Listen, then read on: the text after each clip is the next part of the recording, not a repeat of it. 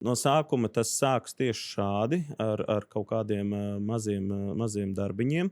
Pēc tam tiek atvērts visādas kebabnīcas, kas, starp citu, arī ir atsevišķās rajonos izteikti palielinājies. Tad šīs te kebabnīcas, pat ja tās tiek aizvērtas ciet, uzrodas vietā jaunas. Tad, kad tas tiek, tad vēl ir fāze par dažādām frizētavām. Un tā šeit noenkurojas šis viss un iestājas tas, ko mēs redzam Rietumē Eiropas pilsētās. Jebkuras aktivitātes, kas mazina imigrācijas būšanu Latvijā, tiesiskā veidā ir atbalstāms. Edvards Ratnieks, Nacionālās apvienības politiķis, būdams Rīgas vicemērs, nevar sūdzēties par publicitātes trūkumu, taču pēdējā laikā viņa redzamākās aktivitātes lielākoties saistīts ar vienu tēmu – cīņu pret imigrāciju un ar to saistītajām problēmām. Nē, migrantu kvotām! Nē, migrantu kvotām! Ratnieks nevien rosinājis pašvaldības policijas reidus, lai pārbaudītu imigrantu statusu un iespējamās nelikumības, bet arī aktīvi iesaistās sociālo diskusijās par šiem jautājumiem. Nesen asu reakciju izpelnījās kāds viņa ieraksts, kurā bija lietots apzīmējums mērkaķi. Politiskie oponenti tajā saskatījuši rasisma izpausmes. Tezaurā paskatījos. Trešā nozīme, manuprāt, tur bija mērkaķis nozīmē nepatīkams cilvēks. Ja? Tad es domāju, ka tās personas, kas nodarbojas ar vardarbību un uzbruku, manā ieskatā ir nepatīkams personas. Tas ir ne tikai imigranti un tādi, bet vispār Nē, tas ir vispār jebkurš tā tad, manuprāt, es tam neredzu. Katrs, protams, saprot, kā viņš to vēlas, jo šajā frāzē, es nebiju aprakstījis nekādu tautību, nekādu konkrētu rasi, neko tādu. Jebko, ko es daru, man ir kaut kāds žurnālists, kas mēģina parādīt, bet Rīgas mērs domā citādāk. Viņš domā, ka piedodiet, Rīgas mērs mani nav ievēlējis. Mani ir ievēlējuši Nacionālās apvienības vēlētāji, kuri tic mūsu latviskajai stājai, un tiem es arī atskaitīšos. Rīgas mērs nav mans priekšnieks. Galvenais uzdevums, neskatoties uz visām ideoloģiskajām pretrunām, bija neatdot varu Rīgas domē izteikti prokremliskām partijām. Latvija pirmajā vietā ir prokremliska partija. Šīs te zīlēšana kafijas biezumos visur, jūs tā vai tā, jūs tā vai šitā, ja? To tā tad veicina tikai partija progresīvie, un viņi grib sev dabūt kaut kādu konkrētu apsolījumu un labumu, ka viņi noteikti būs nākamajā koalīcijā. Viņi baidos, ka šeit gluži nestrādā šis tirgus princips, baidos, ka tur ir cita veida biznesi un domas. Atšifrējiet. Jūs par daudz gribat uzreiz zināt.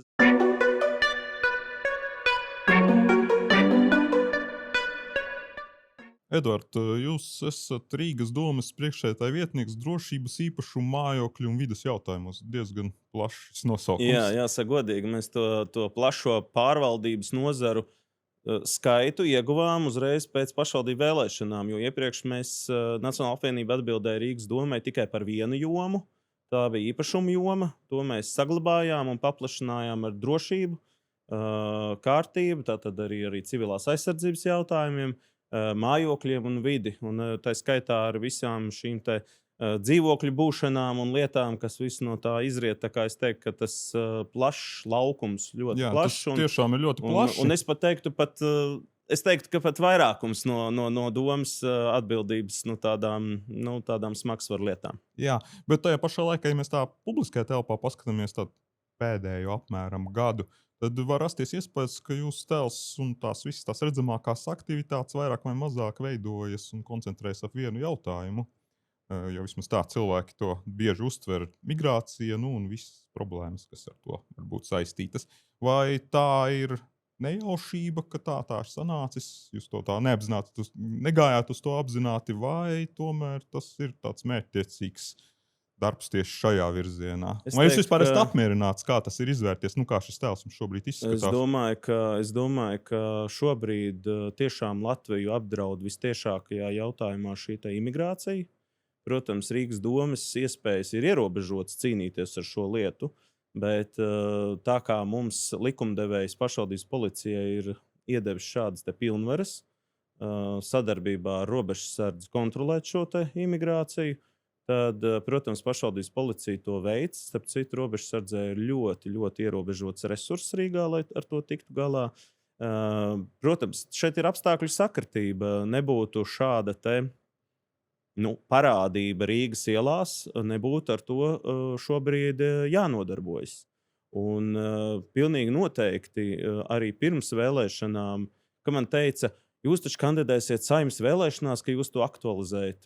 Nē, tā ir mana absolūti pilna pārliecība. Otrkārt, es nekandidēju Saeimas vēlēšanās. Uzreiz tiklīdz mēs pārņēmām šo drošības jomu, šo mēs arī aktualizējām. No septembra mēneša, tātad vēl pat nav gads pagājis, ir veiktas dažādas pārbaudes Rīgā, un tās turpinās. Taču par pārējiem darbiem tad es teiktu, ka ir ļoti redzami arī šie gan zooloģiskā dārza uzlabošanas jautājumi, gan arī centrāla tirgus nebūšana risināšanas jautājumi. Manuprāt, mēs diezgan plašu šo jomu spektru esam Es aptvēruši. neapšaubu, ka jūs strādājat. Jautājums bija vairāk par to, kā tas publiski uz ārā izskatās. Kādos jautājumos jūsu vārds visbiežāk parādās un kā jūs... Jā. Nē, skaidrs, ka tā ir aktualitāte sabiedrībā šobrīd. Ja ne numur viens, tad tuvu tam. Un pilnīgi noteikti es turpināšu reaģēt uz visu, kas sabiedrībai būs aktuāls. Ir kādas prioritātes, un šobrīd mana prioritāte ir mūsu tautas pastāvēšana arī turpmāk. Un pie tā es pieturos un pieturēšos, jo tā ir mana dziļa pārliecība. Bet jautājums te ir arī, vai tiešām tā ir, kā jūs sakat, kad sabiedrībā tā ir aktualitāte numur 1 vai numur 2? Es kā piemēram minēšu, politologs Jānis Ikstens nodarbojas ar pētniecību. Viņš tagad arī kopā ar Latvijas avīzi veido tādu rakstu sēriju, gatavojoties Saeimas vēlēšanām. Viens no pirmajiem tematiem, kuru viņš mēģināja izpētīt un arī aprakstīt, bija, kādi tad ir tie jautājumi, kas interesē sabiedrību un kurš sabiedrība sagaida risinājumu, un kur viņi arī vēlas redzēt kaut kādus steidzamākos darbus no nākamās Saeimas, ne no Rīgas domas, bet ņemsim tomēr plašāk. Kā jums šķiet, kurā vietā bija imigrācijas ierobežošana? Es jums teikšu tā, cilvēki, kas atbild aptaujās par to, kas jums šķiet svarīgāks, bieži atbild par to, kā vajadzētu būt. Bet to svarīgumu mēs redzam pēc tā, kāda ir sabiedrības attieksme sociālajos tīklos. Mēs redzam, kāda ir situācija Rīgas ielās. Labprāt uzzināšu no jums kādi. Labi, es teikšu uzreiz 10. vieta. Tātad prioritāte to atzīst 2,6% aptaujā to kopumā kā svarīgi risinām jautājumus starp vairākiem svarīgākajiem 11%, 11,2%. Toties man ir citas aptaujas. Jums ir arī savas aptaujas? Tātad, arī savas man ir, bet par tām es šodien nē. Man ir aptauja, ko veica tātad TV3. Jā. Pirms kādām, manuprāt, 2 nedēļām. Tas ir tā kā savā portālā, ja? Nē. Es saprotu, ka viņiem ir tur tie līgumi, kur viņi veic kaut ko tādu, socioloģiskās aptaujas. Un ir tā, ka 87% satrauc šis imigrācijas pieaugums. Savukārt ir vēl viena cita aptauja, ko mēs no Rīgas domas pasūtījām KDS. Mums te rāda, ka 92% absolūts tātad, vairākums, ja nevar teikt, ka gandrīz pilnīgi visi respondenti uzskata, ka Rīgā pēdējo 5 gadu laikā ir pieaudzis imigrantu skaits. Un savukārt 68% atzīst, ka ir ievērojami pieaudzis.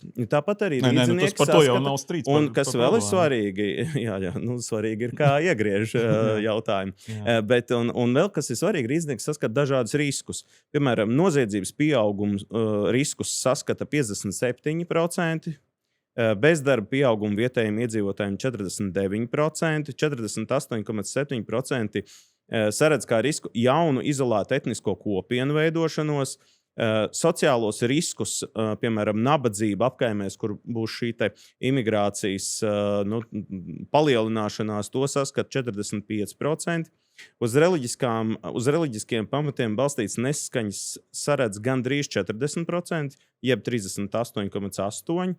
Un latviešu īpatsvaru samazināšanās kā problēma saredz 37,1%. Savukārt, ka nekas no minētā, ka nesatrauc nekas no tā minētā, ir tikai 5,8%. Līdz ar to, un šis ir veikts februārī, tātad KDS aptauja. Jāņa Iksteņa aptaujā tātad pirmajā vietā pārliecinoša ekonomiskās attīstības veicināšana. Nezinu, cik tur Rīga var darīt, bet tas, protams, plašs jautājums. Otrajā vietā veselības aprūpes pakalpojumu pieejamība, trešajā dzīves dārdzības mazināšana, tālāk sociālās problēmas, birokrātijas mazināšana daļa arī attiecas uz Rīgas domi. Tā kā nav tā, ka tikai imigrācija būtu vienīgais. Nē, par to es vispār nestrīdos. Protams, ka sabiedrībā ļoti daudz lietu, bet mēs jau redzam. Un šeit arī, starp citu, apstiprinās tas, ko es saku, ka cilvēki ļoti bieži aptaujās norāda vienu, bet tad, kad ir kādas dzīves situācijas, kādi sabiedrībā redzami procesi, tad šīs te prioritātes drusku no tām aptaujām atšķiras un mēdz atšķirties. Un ja imigrācija nebūtu jautājums, kas satraukt sabiedrību, visticamāk, mēs šodien šo raidījumu neierakstītu. Nē, noteikti. Un par to ļoti daudz runā, un tas parasti kaut kā tur klāt ir tāda skandaloza nedaudz pieskaņa, jo tās politiskās kaislības nedaudz lielākas. 2 mēneši līdz vēlēšanām, te vēl viss kaut kas, es domāju, visādi brīnumi notiks. Man liekas, ka te jau būs jautri. Bet labi, pāriesim tad pie tā konkrētā, nosacīta, sauksim viņu skandāliņu, tādu viļņošanos politisko, kas bija saistīts tieši ar jūsu vārdu. Šie mērkaķi ir jāizraida. Tas bija fragments no jūsu sociālā ieraksta. Un kad nodots policijai jautājums par tā tālāku risināšanu. Jā, tur bija kaut kāda reakcija uz sociālu kaut kādiem paziņojumiem, ka kaut kas ir noticis. Neatceros, tur tas stāsts bija kaut kāds uzbrukums, kurš tā kā policija neapstiprināja. Bet vispār... Nē, jūs jaucat tātad 2 lietas un ļoti jauc. Šeit bija jautājums par notikumu Tallinas kvartālā, ko paziņoja plašākai sabiedrībai aktieris un uzņēmējs Auziņkungs. Un es uz šo atbildēju, jo, piemēram, man nav pieņemams, ka uzbruk sievietei un pēc tam tās aizstāvim metas virsū vesels bars. Un pie šādas pārliecības es arī palieku. Bet tas notikums bija reāls, ja? Un tātad es uzreiz piezvanīju arī šim te aktīvajam sabiedrības, kā saka, zināmiem cilvēkam. Uzreiz pārjautāju, vai tas notikums ir īsts. Tā kā tas ir īsts bijis, viņš arī uzreiz atzina, ka šis te jaunais vīrietis, kurš ir meties aizstāvēt un pēc tam, kuram ir uzbrukuši šīs te personas, nevērsīsies nekur, nevienās iestādēs. Tieši tāpēc, ka tas var sagādāt vairāk problēmu nekā tas, ka viņš ir aktīvi, pilsoniski aktīvi aizstāvējis sievieti. Iznāk tā, ka viņi pagaidām līdz šim visos šādos gadījumos saka, mēs neesam saņēmuši. Zināt, kā Eiropā tieši šādi tas arī notiek, ka ļoti bieži cilvēki nevēršas pie drošības iestādēm. Es gan tieši otrādāk aicinu to darīt cilvēkus, nevis baidīties par to iznākumu, jo, kā mēs redzam, līdzīgs gadījums, kur policija drīzāk sāka ķerties klāt pie šīs sievietes, ka viņa tur kaut ko nav pareizi uztvērusi attiecīgajā brīdī, vai ne? Tāpēc, ka kāda pierādījuma iespējams trūkst. Bet es aicinu to darīt, es aicinu vērsties, jo arī tajā gadsimtā un arī tajos gados, kad nebija tāda video novērošanas kamera, tomēr noziegums kaut kādā veidā atklāja. Un līdz ar to ir arī citas izmeklēšanas iespējas, ne tikai tas, ka, ja, piemēram, attiecīgajā vietā nav kādas kameras uzliktas, kas varētu fiksēt tiešā veidā uzbrukumu. Tā kā līdz ar to es aicinu cilvēkus būt ļoti aktīvs, sabiedriski aktīvs, un es turpināšu reaģēt uz ierakstiem sociālajos tīklos, jo bieži cilvēki to, ko neuzrakstīs iesniegumos, protams, es aicinu arī informēt Rīgas pašvaldības policijas aplikācijā, kas ir visiem pieejami brīvi internetā, fiksēt šos te pārkāpumus, fiksēt notikumus, informēt, jo tas uzreiz būs arī pierādījums pie dažādiem procesiem, dažādām lietām. Mums ir jāaizsargā sevi, jo Eiropa tieši šādā veidā ar to, ka bija kaut kāda sabiedrības daļa, kas apkaroja imigrācijas pretiniekus, līdz ar to Eiropa ir nonākusi tieši tur, kur tā ir. Tā, ka pat pilnīgi kļūst jau bezspēcības sajūta, skatoties uz to visu, kas notiek. Piemēram, tā nelegālo imigrantu legalizācija, ar ko nodarbojās, piemēram, Spānija, tas ir, manuprāt, tas arī izraisīja šo te iebrukumu šajā anklāvā, Āfrikas kontinentā. Un manuprāt, ar šīm lietām ir jātiek galā. Par tiem mērkaķiem tad tiksim skaidrībā. Tur bija daudz dažādu interpretāciju, bet jūs skaidrojums, kas tad ir mērkaķi un kas nav mērkaķi. Es paskatījos Tēzaurā, starp citu, ļoti interesanti par šo gadījumu. Milzīgs paldies visai sabiedrībai, kas pareizi uztvēra. Tātad tās ir personas, jeb nelieši, kas ir uzbrukuši sievietei un kas metušies virsū tam vīrietim, kurš aizstāvēja šo te sievieti. Un tāds arī ir mans tas skaidrojums. Tas, ka ētikas komisija Rīgas domē taisījās, tik skatīs manu lietu un tik skatīs, par to ziņoja kādas 4 dienas. Bet par to, ka ētikas komisija nobalsoja, ka neskatīs lietu, to tikai daži portāliņi paziņoja. Tā žēlīgi, tā ļoti maz pateica, varbūt ka nav vajadzēja skatīt, tad viss tas būtu izdiskutēts. Es piekrītu, varbūt, ka vajadzēja skatīt, jo man bija tāda skaista runa sadomāta, jau viss sarakstīts ar visiem pamatiem un pamatojumiem, un beigās man nemaz čiks man pat neuzaicināja uz šo ētikas komisiju. Ko es varu teikt? Es varu teikt to, ka Tēzaurā paskatījos. Trešā nozīme, manuprāt, tur bija Mērkaķis nozīmē nepatīkams cilvēks. Ja? Tad es domāju, ka tās personas, kas nodarbojas ar vardarbību un uzbruku, manā ieskatā ir nepatīkams personas. Kaut kas līdzīgs nepatīkams vai kaut kas uz to pusi. Bet tas ir ne tikai imigranti un tādi, bet vispār Nē, tas ir vispār jebkurš tā tad, manuprāt, es tam neredzu. Katrs, protams, saprot, kā viņš to vēlas. Jo šajā frāzē es nebiju aprakstījis nekādu tautību, nekādu konkrētu rasi, neko tādu. Jā, var sakot, es vērsos pret šiem personām, kas uzbrūk. Un paldies arī visiem aktīviem cilvēkiem, kas par to informē. Un joprojām imigrācijas jautājumu ar šo man neviens, kā saka, apturēt neapturēs, un es turpināšu darīt iesākto. Tie mērkaķi, es saprotu, ka tur arī tajās aprindās, kad tas rasisma gadījumi arī dažreiz ir, ka tur parodē mērkaķus, tur futbols, zinu, ka bijuši stadionā. Tajā mirklī, kad es izlasīju šo ierakstu, protams, par to es nebiju iedomājies tajā mirklī, bet katrs sev saprot pēc savas samaitātības pakāpes, kā katrs grib uztvert, kā katrs, piemēram, priekšvēlēšana laikā vēlas to pagriezt, jā. Bet paldies arī sabiedrībai. Es nopietni no visas sirds pasaku par to, ka visi saprata diezgan veselīgi un viss ir kārtībā. Jūs jau pieminējat, ka valsts policija tur vairākos gadījumos vai nav saņēmusi iesniegumu vai nekonstatē, bet jūs... Cilvēki nevēršas ar iesniegumiem, tā ir problēma. Un es uzskatu, ka vajag vērsties ar iesniegumiem. Valsts policija var arī pati no sevis kaut kādu iniciatīvu izrādīt, kaut ko secināt par to, kas notiek saistībā ar imigrantu pieaugumu skaitu, vai tur ir kaut kādas negatīvas tendences vai nav? Ļoti labi jūs pajautājāt, jo, piemēram, ja pirms šī nepilnā gada, kad mēs izziņojām nelegālās imigrācijas pārbaudes Rīgā, līdz tam vispār šis temats nebija nopietnā līmenī pacelts. Pēc tam, kad mēs veicām šo pirmo kontrolas periodu, pēc tam mēs secinājām, pirmkārt, jo līdz tam brīdim nenormāli pieaug, mums bija tādas nejaušas pārbaudes, kurās tika noķerti šie nelegāli imigranti, un tieši pirms gada jūlija mēnesī kāpa augšā pīķis, jūlijas, augusts kāpa augšā viņi. Un tad mēs informējām par to, ka dodam laiku pazust visiem. Un tad, kad mēs veicām šīs pastiprinātās pārbaudes, tad mēs redzējām, ka tiešām nelegālā imigrācija ir samazinājusies. Ko tas nozīmē? Tas nozīmē to, ka mūsu ieguldītais darbs ir saņēmis, adresāti ir saņēmuši mūsu šo ziņu. Otrakārt, tātad pārvadātāji neizvēlas Rīgu, kur vai viņus nomitināt uz laiku, vai tādu loģistikas centru šai nelegālai imigrācijai. Tas nozīmē, ka Rīgā tas nenotiek, vismaz ne tādos apjomos, kāds tas ir bijis.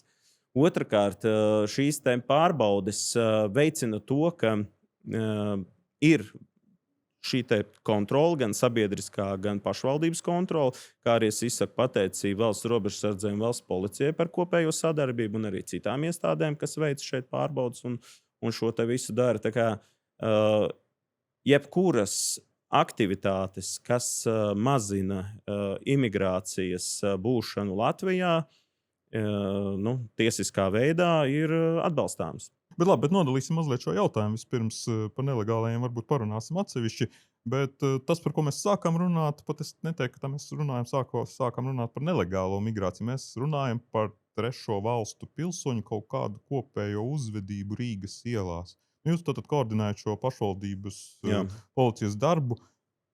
Tā kā jūs ceļat trauksmi, ka kaut kas tur nav labi, kaut kādas problēmas, kā jūs to pamatot? Tur ir kaut kādas problēmas ar šo uzvedību? Piemēram, tātad, protams, te ir tā, ka statistika, ko man ir sagatavojusi arī pašvaldības policija, ka no pagājušā gada septembra, kad mēs uzsākām šīs pārbaudes, vispār pārbaudes, līdz šā gada 3. augustam, tātad 3. augustā ir tas atskaites periods, kad ir šī informācija saņemta, 1765 ārvalstu pilsoņu izdarītie pārkāpumi. Ja? Visvairāk te dominē... Tas kopējā statistikas fonds, tas ir daudz, vidēji, maz. Redzat, ja šeit nebūtu šo te personu, tad pārkāpumu nebūtu, piekrītat. Jā, bet mēs tā kā Tam gribam nav secināt, nozīmes, cik kāds ir fonds. To drīzāk izmanto visādi imigrācijas atbalstītāji un imigrācijas pretinieku apkarotāji. Kāds ir fonds? Tieši tā arī tas Eiropā notika. Mēģināja apkarot tos, kas apkaro imigrāciju, stāstīja par viņiem visādas blēņas un muļķības, un pēc tam paši tagad nezinu, kā tik galā. Kādi ir šī lielākie pārkāpumi? Tātad trešdaļa, jeb 621 gadījums ir tieši ceļu satiksmes pārkāpumi. Visvairāk tātad Indijas pilsoņi 226, Uzbekistānas 78, Krievijas 40, Šrilankas 34, Pakistānas 38. Nu, es teiktu tā, ka, jā, un vēl kas ir interesanti, mēs tikai šogad valsts policijai nodevām 82 personas. Visvairāk aizturēto, jeb 18 personas bija no Indijas, 9 no Uzbekistānas, 5 no Taģikistānas. Un kopš mēs sākās šie grozījumi likumā, ka pašvaldības policija var kontrolēt imigrāciju, tad Rīgas pašvaldības policija valsts robežsardzei nodevusi jau 67 personas, no kurām 17 personas ir šā gada laikā. Bet es saku vēlreiz, mēs ar šo preventīvo darbu esam panākuši krietni šo nelegālās imigrācijas samazinājumu Rīgā. Un ko mēs secinājām pēc šīm pārbaudēm, pēc šī pirmā posma, ka problēma tiešām ir legālā migrācija, kā jūs sakāt, un tāpēc izsaku arī pateicību tagadējiem iekšlietu ministram, toreiz Saeimas deputātam, kurš uzņēmās vadīt šo izmeklēšanas komisiju, kur ir atrasti robi likumos, kas būtu jālabo. Un tas, kas ir jālabo, ir, cik es saprotu, virs 100 priekšlikumiem. Tad, ņemot vērā, ka priekšlikumi ir jāapstiprina nevis iekšlietu ministram vienam pašam vai ministru kabinetam, bet, piemēram, daļa ir jāapstiprina Saeimai, tad es varu pateikt tikai to, ka līdz Saeimas vēlēšanām ir kļūst mazāk kā 2 mēneši palikuši. Un skaidrs, ka šos visus ierobežojumus nemaz nevar fiziski veikt, tāpēc, ka Saeimā ir konkrēts šis atlikušais laiks. Tas, kas būs jādara, tas būs jau jaunās Saeimas pienākumi, kad pilnīgi skrupulozi būs jāiet cauri visiem šiem imigrācijas jautājumiem, likuma līmenī un jālabo.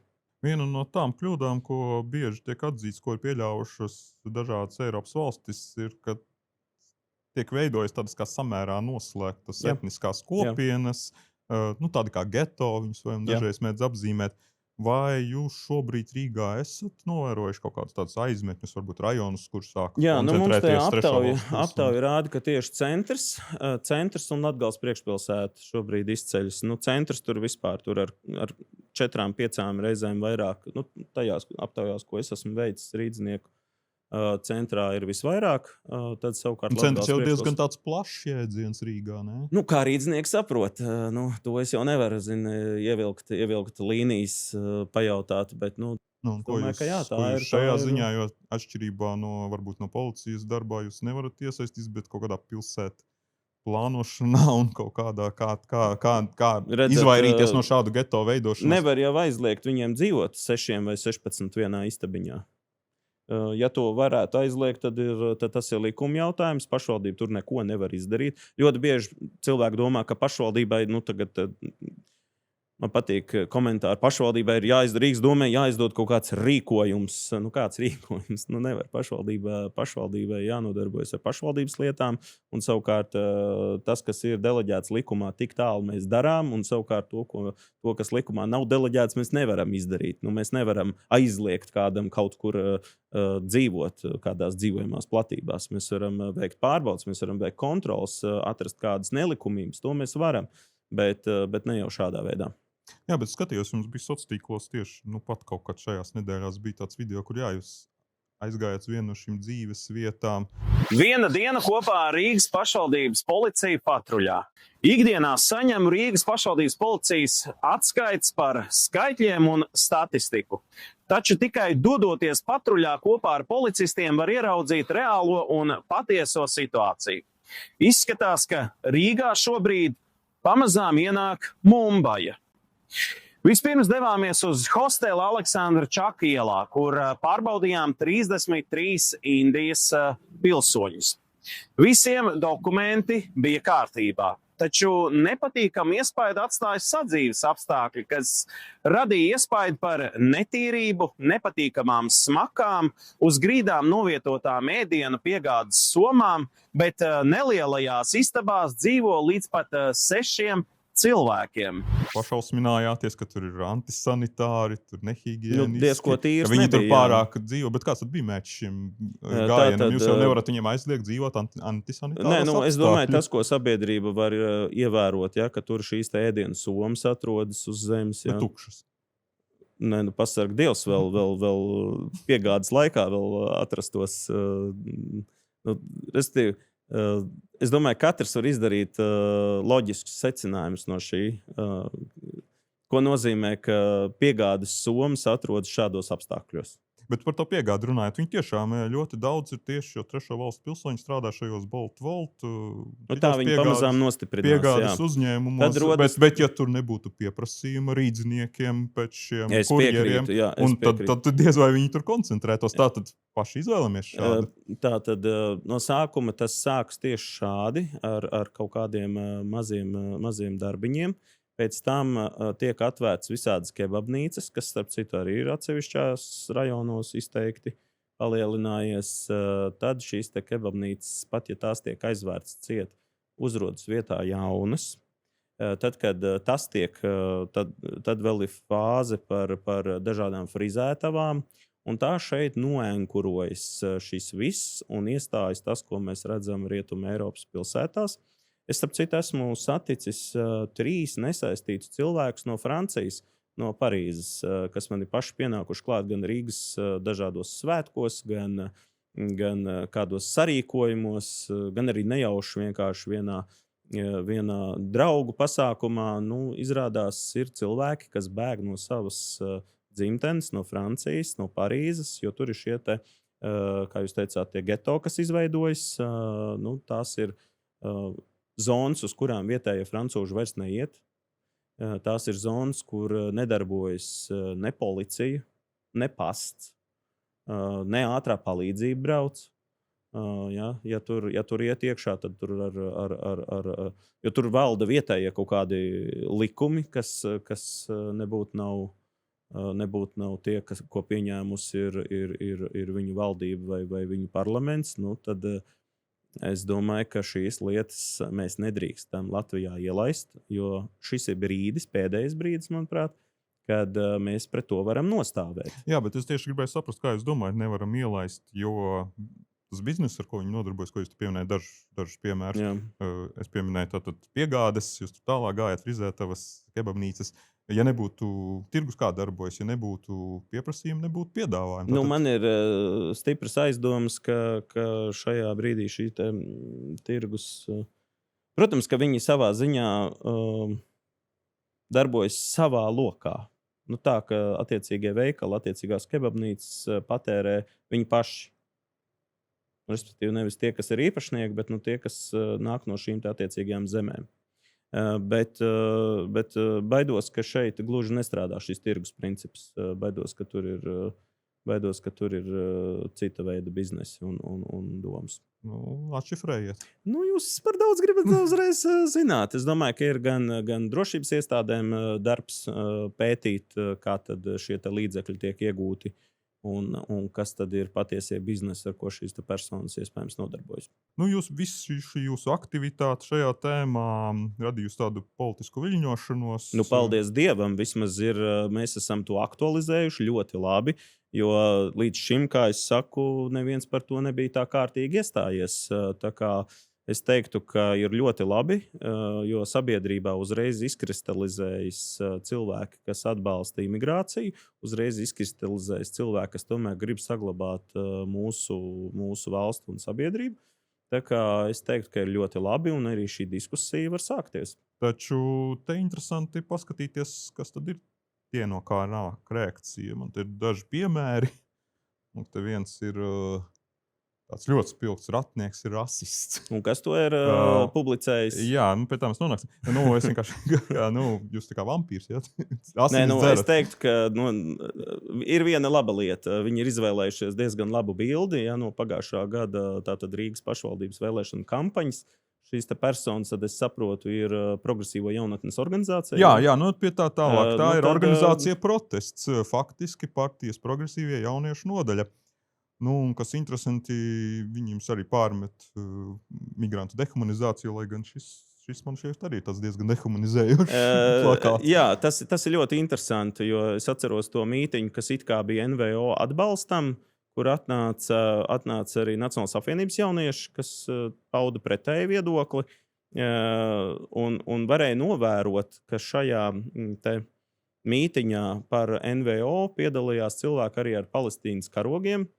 Un tad viņi bruka virsū tiem jauniešiem, kas domā citādāk. Un tad viņi teica, jūs neesat cilvēki, es jūs uzskatu par dzīvniekiem. Ja?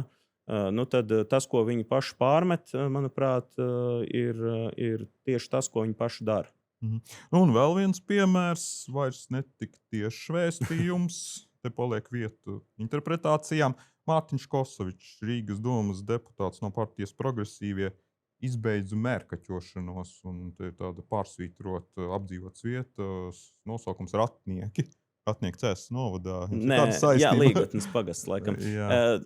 Tur es, protams, aizsūtīju Kosoviča kungam bildi, kur mēs ar sievu stāvam tieši otrādāk pie vietas, kur sākas tā apdzīvotā vieta, un tieši zīme Ratnieki.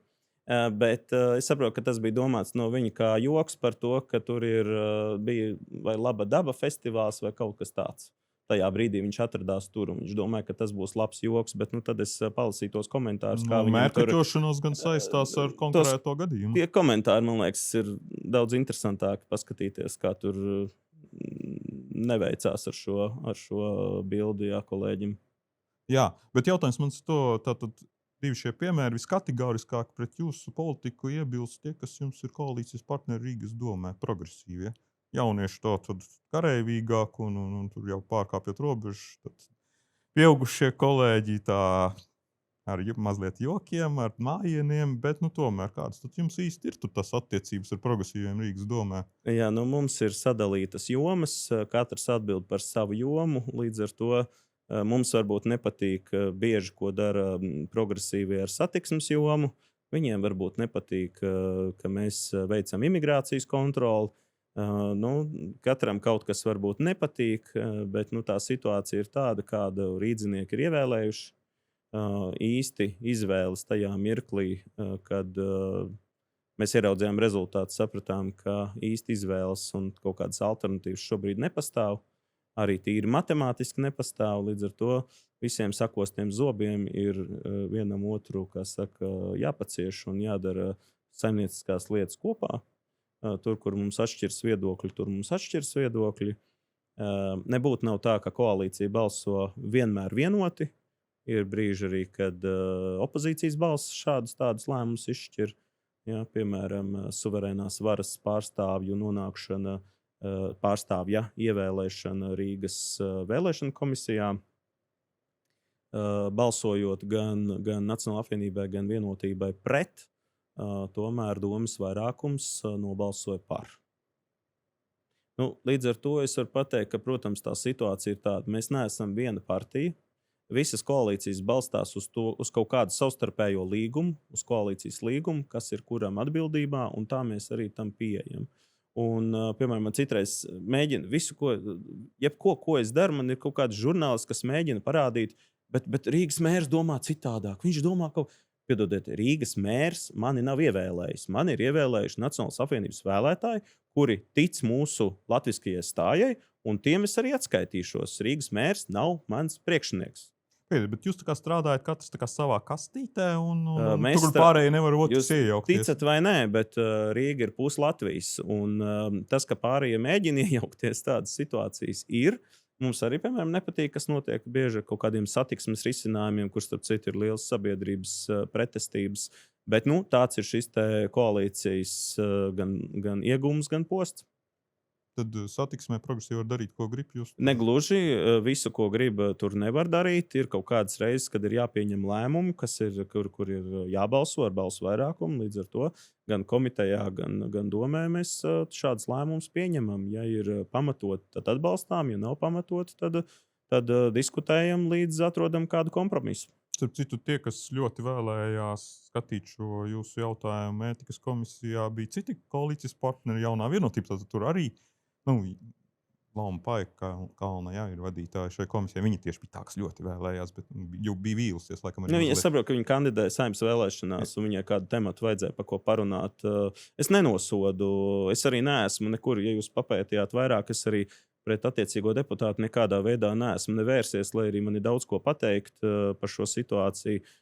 Nekādā veidā neesmu vērsies. Iedomājieties, ētikas komisijas vadītāja iet un klāsta savu viedokli, pati vēršas ar iesniegumu ētikas komisijā, pati to taisās skatīt, mani pat neuzaicina un nepajautā manu viedokli un pauž jau, ko apmēram es esmu ar to domājis. Bijusī tiesnesi. Ja, man ir ko pateikt, bet es to koleģiāli nedarīju. Es ļoti labi saprotu, ir vēlēšanas, lai cilvēki izpaužas. Katrs, lai dara, ko var. Katrs, man atkal liekas citādāk. Tā nelaime šobrīd ir cita. Tas, ka latviskās partijas savā starpā plēšas, un manuprāt, tās partijas, kas atbalsta imigrāciju, ir jāsoda šajās vēlēšanās, bet tas atkal cits stāsts. Bet ļoti tiek palaists garām stāsts ar suverēno varu un jaunlatviešiem, kas, manuprāt, ir lielāka problēma nekā savstarpējie kašķi latvisko partiju starpā. Es gribēju kaut ko citu pajautāt, kas bieži mulsina vēlētājus un cilvēkus kopumā. Tātad jūs esat idejiski diezgan pretstats progresīvajiem. Un tas parādās arī tādā nacionālā līmenī, valdības koalīcijas, Saeimas līmenī. Tas parādās arī diezgan, ka mums nav pieņemami būt vienā koalīcijā. 2 reizes Nacionālā apvienība pateica, ka neies vienā koalīcijā un palika pie šī principa, un tāpēc tagad nav progresīvie valdībā. Tai pašā laikā Rīgas domē, tur viss kaut kā ļoti viegli. Tad cilvēks saka, pagaidiet, kur tad viņi ir patiesāki? Tur, kad valdībā viņi saka, nē, tas būs mūsu sarkanā līnija, vai arī Rīgas domē, ka viņi saka, nē, tā nav sarkanā līnija. Redzat, valdībā ir iespējams izveidot koalīciju no tādiem politiskiem spēkiem, kur šīs balsis nav vajadzīgas. Rīgas domē šādas izvēles šobrīd matemātiski nepastāv. Rudenī mēs varam nonākt pie šādas izvēles, kad Nacionālā apvienība būs pēc vēlēšanām. Būs piedāvājums nākt valdībā un izšķirties starp 2 politiskiem spēkiem, līdzīgi kā tas bija Rīgas domē. Tātad vai progresīvie vai Šlesera partija. Jūs toreiz izšķirāts par labu progresīvajiem. Kā jūs skatāties, kā arī tur būs priekšroka progresīvajiem? Vēl jau ir svarīgi, ko tie citi potenciālie partneri uzskata par to, kas var būt viņu draugi vai nedraugi. Lai matemātiski sanāktu vairākums, lai varētu vispār izveidot kaut kādu darboties spējīgu koalīciju, ir vajadzīga puse plus vismaz 1, 2, labākajā gadījumā 4 mandāti. Piemēram, Saeimas gadījumā 54, Rīgas domas gadījumā ir 34, un tādā veidā tas var darboties. Mums galvenais uzdevums, neskatoties uz visām ideoloģiskajām pretrunām, bija neatdot varu Rīgas domē izteikti prokremliskām partijām. Tas, manuprāt, bija pats galvenais, un šo principu mēs, suverēnā vara nav pielaista ne pie kādas teikšanas. Tas, kas mani biedē, un tas, uz ko es arī vēršu uzmanību, kamēr mēs te savā starpā cīnāmies, tikmēr ļoti augstus rezultātus iegūst populistiskas partijas, kas gan izplata melus, gan dezinformāciju, gan dažādi citādi tur izpaužas visu, ko vien var, gan TikTokos, gan visu kaut kur citur, bet es aicinu cilvēkus būt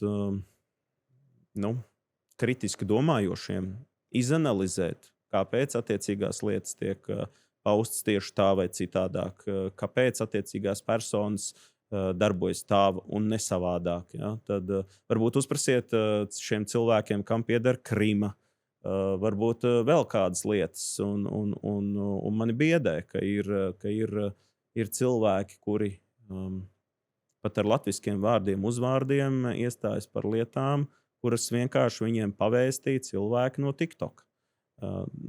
Es ieteiktu izlasīt, apskatīties, pārbaudīt un tad izdarīt secinājumus. Latvija pirmajā vietā ir prokremliska partija.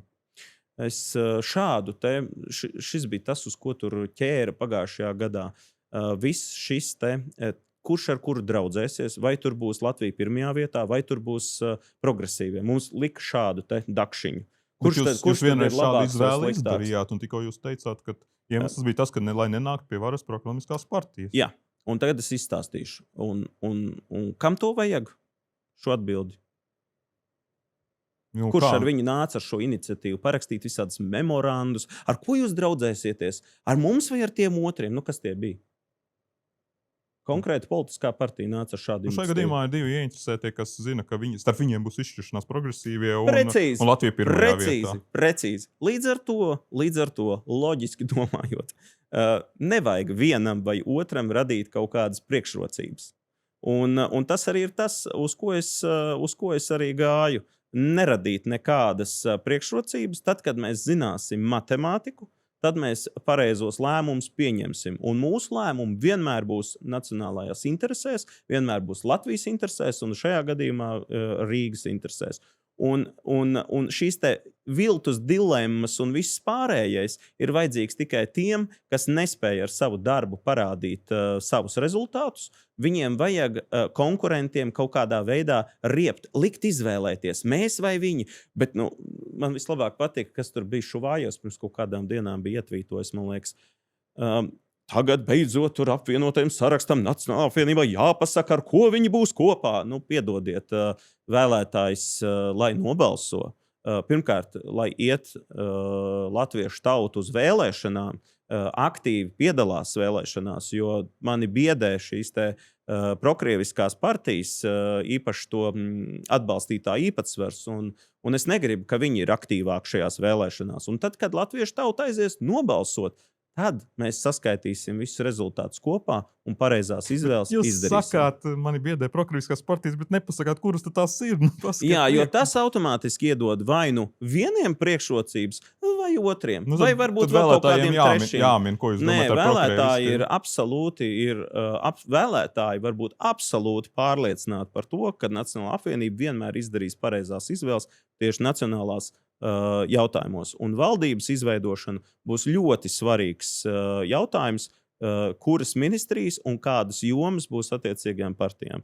Līdz ar to šīs te zīlēšana kafijas biezumos visur, jūs tā vai tā, jūs tā vai šitā, ja? To tā tad veicina tikai partija progresīvie, un viņi grib sev dabūt kaut kādu konkrētu apsolījumu un labumu, ka viņi noteikti būs nākamajā koalīcijā. Viņi, protams, bet tas, kas ir pilnīgi skaidrs, mēs savus lēmumus izdarīsim pamatojoties uz visu valsts interesēm. Labi, mums ir jāparunā vēl arī par citām Rīgas lietām. Mums nebiedē, kas notiks nākamgad. Es domāju, Vanču tilts.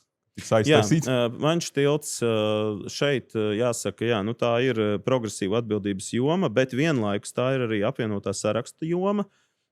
Es zinu, ka bet tā tomēr ir visas Rīgas. Ir. Bet es izstāstīšu to stāstu. Man tas biedē. Es uzskatu, ka automašīnām jāļauj, pat ja tur ir samazināta šī te plūsma, jāļauj šķērsot tilts. Šis nav pirmais tilts, ko remontētu ar braucošām automašīnām arī uz Jūrmalu, starp citu. Pirms daudziem gadiem bija nevis uz Jūrmalu, bet tur, kur ir apvedceļš pāri. Tur bija tāda situācija, ka laboja tiltus uz luksaforu principu. Var ieviest reversās joslas tur no rīta uz vienu pusi, vakarā uz otru pusi. Starp citu, ir arī uzņēmēji izrādījuši interesi par kuģīšu satiksmi, ka varētu kāds prāmis kursēt. Tā kā es domāju, ka prāti kustās, bet mana pārliecība, ka vajadzētu laist kaut kādu šo te automašīnu plūsmu, citādāk iestāsies ļoti briesmīga situācija. Un šeit es varu uzteikt un palielīt arī kolēģi no apvienotā saraksta Edgars Berholts, kas ir attīstības komitejas vadītājs. Viņš šai lietai ir ķēries klāt, viņš arī ir visiem zināms autoentuziasts. Līdz ar to Es domāju, ka kādu saprātīgu risinājumu gan jau atradīsim diskusiju ceļā. Jā, es atceros, ka savulaik Nilam Ušakovam, kā Rīgas mēram, iegrieza tieši šis nepārdomāt organizēto remontu jautājums, kad bija liela sastrēguma, un tas visam citām pretenzijām, kas Jebkuri remonti radīs vienmēr sastrēgumus. Vai jūs nebiedējat, ka tas labi, jūs teiksiet, tas bija progresīva atbildība, bet vai beigās neiegriezīs visai Rīgas? Es domāju, ka tas jebkura problēma iegriež vienmēr visiem. Uz nākamajām vēlēšanām, laikam, tas tilts tā kā vēl nebūs pabeigts. Redzat, mums ir tā lieta, tas iepirkums ir noslēdzies un tur ir projektējumi būvē kopā. Viņš nav tā kā uzprojektēt un tad būvēt. Viņš tā kā ir kopā projektē un būvē. Respektīvi, tad, kad būs gatavs projekts, tā uzreiz varēs sākt remontēt. Vienīgais jautājums ir, vai tam visam būs attiecīgie līdzekļi vai valsts būs piešķīruši šo aizdevumu. Jo it kā likums paredz, budžeta likums paredz šo aizdevumu kā īpašu aizdevumu tieši Vanšu tiltam. Cerēsim, ka nekas nemainīsies un finansējums būs. Tas ir pats galvenais, jo pretējā gadījumā, protams, Vanšu tiltam arī jebkurai lietai kaut kāds kalpošanas termiņš un negribētos piedzīvot šo. Viens no jautājumiem, kas arī kādu laiku izsauc plašāk sabiedrības neizpratni, un to, kā mēs noskatījām pirms intervijas, tā esot jūsu atbildības sfēra, kas īsti notiek ar centrālu tirgu. Tās ziņas visu laiku kaut kādas tādas. Tad tur materiāls, kas parādās kaut kādā paviljonā, aizvāca, tad tur kaut ko pēkšņi aiztaisa ciet, tur vispār tur kaut kādi plāni. Aiztaisīt ciet Būvniecības valsts kontroles birojas. Plāni, par kuriem cilvēkiem tur uzacis uz augšu ceļās, tur par kaut kādiem cirkiem un kas tur vēl. Cirkiem? Paviljonās, ka tur kaut kādas izklaides būs. Nē, paviljoni tātad. Vienkārši, kas ir šo sfēru, kāpēc tur tāda visu laiku kaut kāda? Jā, kopš 23. gada, kad šo te visu centrālu tirgu pārņēma Rīgas nami, ir pagājuši tieši 3 gadi, un šajos gados visi šie te paviljoni ir remontēti tā, lai tos neaizslēgtu. Respektīvi, pa vienam mēs esam remontējuši. Mums, protams, bija izvēle aizslēgt to visu ciet un neeksploatēt vispār. Mēs šādu ceļu neizvēlējāmies. Mēs izvēlējāmies ceļu, ka mēs pa vienam paviljonam turpinām remontēt. Gan jumta konstrukcijas, un bija kārta sakņu paviljonam, tad bija kārta piena paviljonam, un turpināsies šādā pat veidā tie pārējie. Jautājums ir par gaļas paviljonu, jo tas ir lielākais. Tad nākamais tirgus piepildījums nav vairs tik blīvs, kā tas ir bijis kādreiz. Līdz ar to, protams, kaut kāda telpa tiks atstāta un tiks renovēta tam, lai tirgus funkcija paplašinātos. Jo ārzemēs ir ļoti bieži, ka tirgū notiek dažādi pasākumi, notiek kādas sanākšanas, kādas sporta lietas, un līdz ar to tas ir dzīvs. Un dzīvs ne tikai līdz 5:00, bet arī 6, 7, 8 vakarā. Un es neko sliktu neredzu, ja, piemēram, būtu kāda sporta aktivitāte pieejama centrāla tirgu, vai, piemēram, Geto Games varētu iekļaut šos te jauniešus, pievērst sportam, kas varbūt bieži nodarbojas ar kādām sliktākām lietām, tur stacijas apkārtnē vai ne, ar probācijas lietām, ar ko nodarbojas, piemēram, Geto Games. Tā kā es domāju, ka mēs varam atrast dažādas lietas, kā to visu uzlabot. Kur mēs esam? Tātad Būvniecības valsts kontroles birojas slēdza šo te paviljonu, gaļas paviljonu, kad, manuprāt, negribu samalot, bet 11 mēnešus ātrāk nekā tas bija plānots. Mēs bijām plānojuši to darīt nākamajā gadā. Tas tika izdarīts ātrāk, līdz ar to bija krīzes situācija, kuru mēs atrisinājām. Leduskapi tika pārvesti attiecīgie uz zivju paviljonu. Starp citu, man arī kolēģi no Vecrīgas Krodziņiem nākuši klāt un teikuši, ka viņiem pat tas ir izdevīgāk, ka viņi aiziet gan pēc zivs, gan pēc gaļas. Uzreiz momentā ar mašīnu piebrauc, mazāks laika patēriņš, uzreiz prom. Bet mums ir doma darīt tā.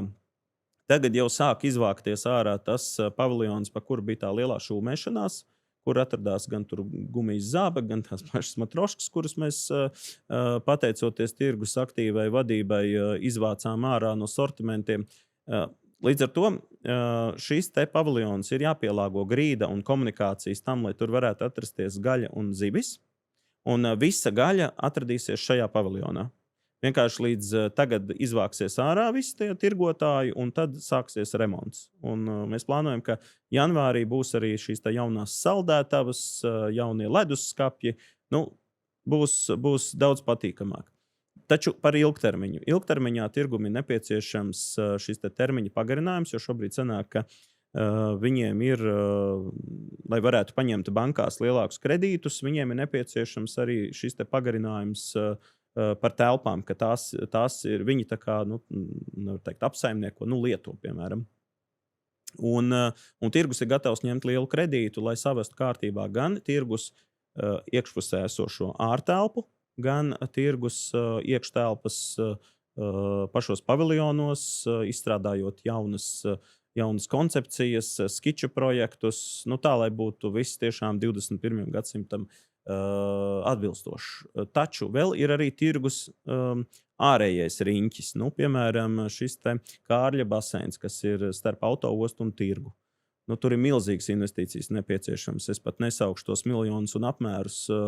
Līdz ar to mums ir ļoti nopietni jādomā arī par otro posmu, ne tikai tirgus teritoriju, bet arī to, kas ir apkārt tirgus teritorijai, to teritoriju.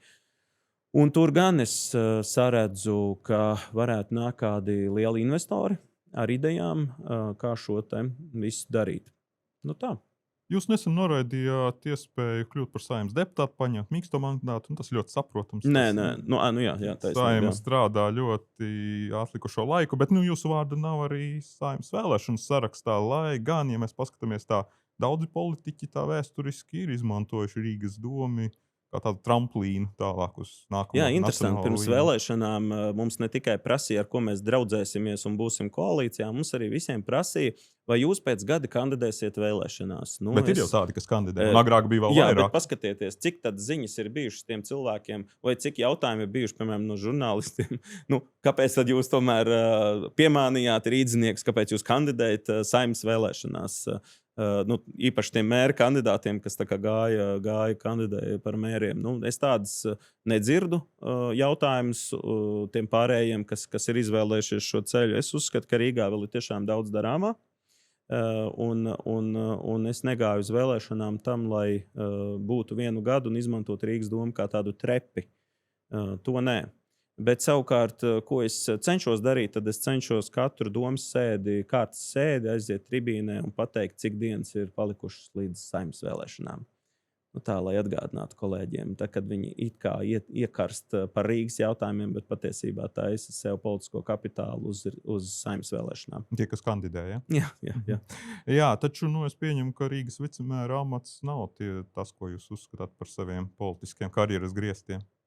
Zināt, jāsaka, ir ļoti interesanti strādāt Rīgas sistēmā. Rīga, es nekļūdīšos, ja teikšu, ka atbildēt Rīgas domē par 3 jomām ir krietni vairāk, kā vadīt 1 vai 2 ministrijas Saeimā, valdībā. Pagaidām tālāk neskatāties. Pagaidām ne. Redzēs, kur liktenis aizvedīs. Tad arī to secinās. Paldies par sarunu. Paldies jums!